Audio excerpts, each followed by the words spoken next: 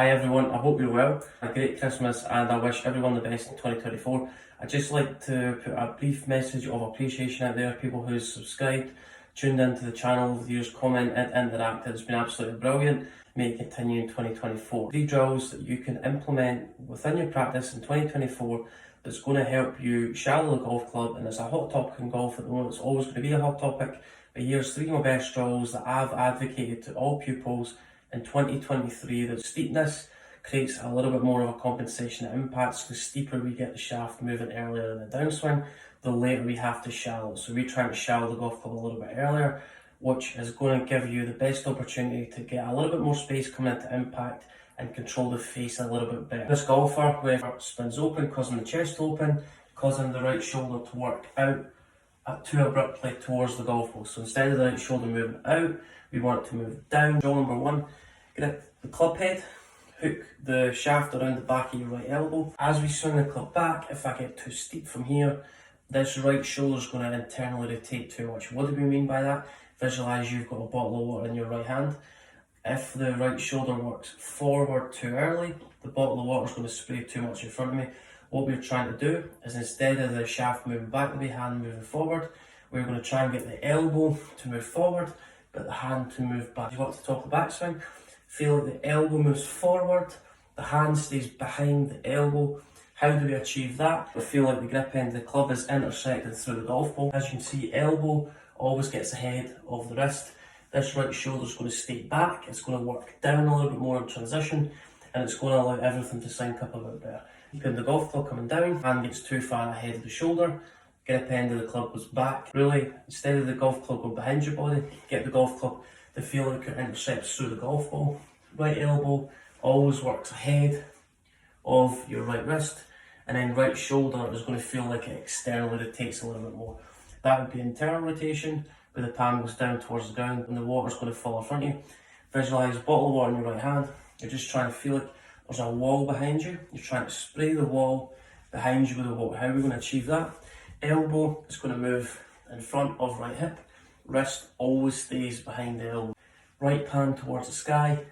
That's a great feeling. It's going to allow this right wrist to stay in a little bit more of an extended position, and it's going to help us maintain that angle. Drill number 2, split hand grip drill.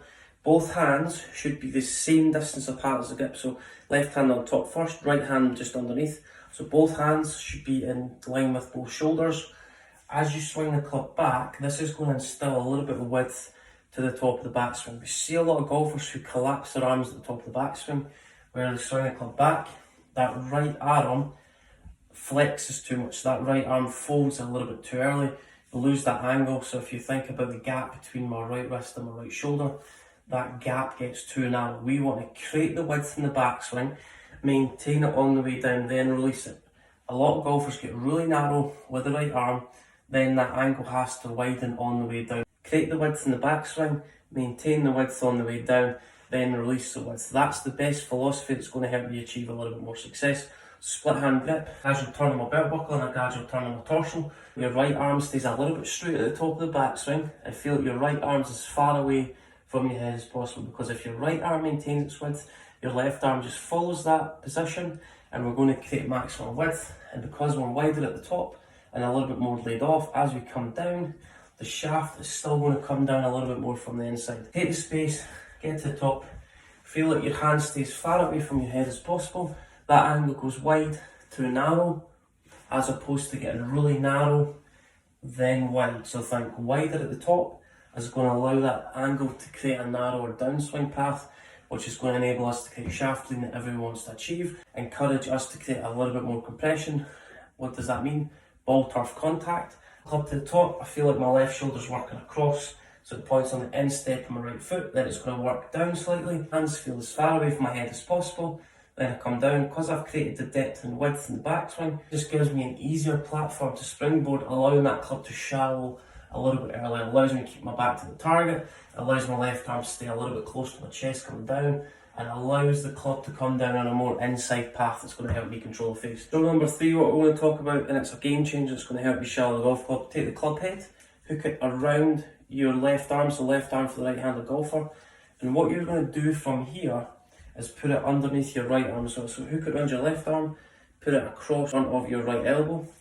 Set in position, my shoulders and forearms should be relatively square. As I work to the top of the backswing, if I steepen the golf club, think about where the grip end of the club is going to be positioned if I start down on my upper body. The grip end of the club is behind my body now.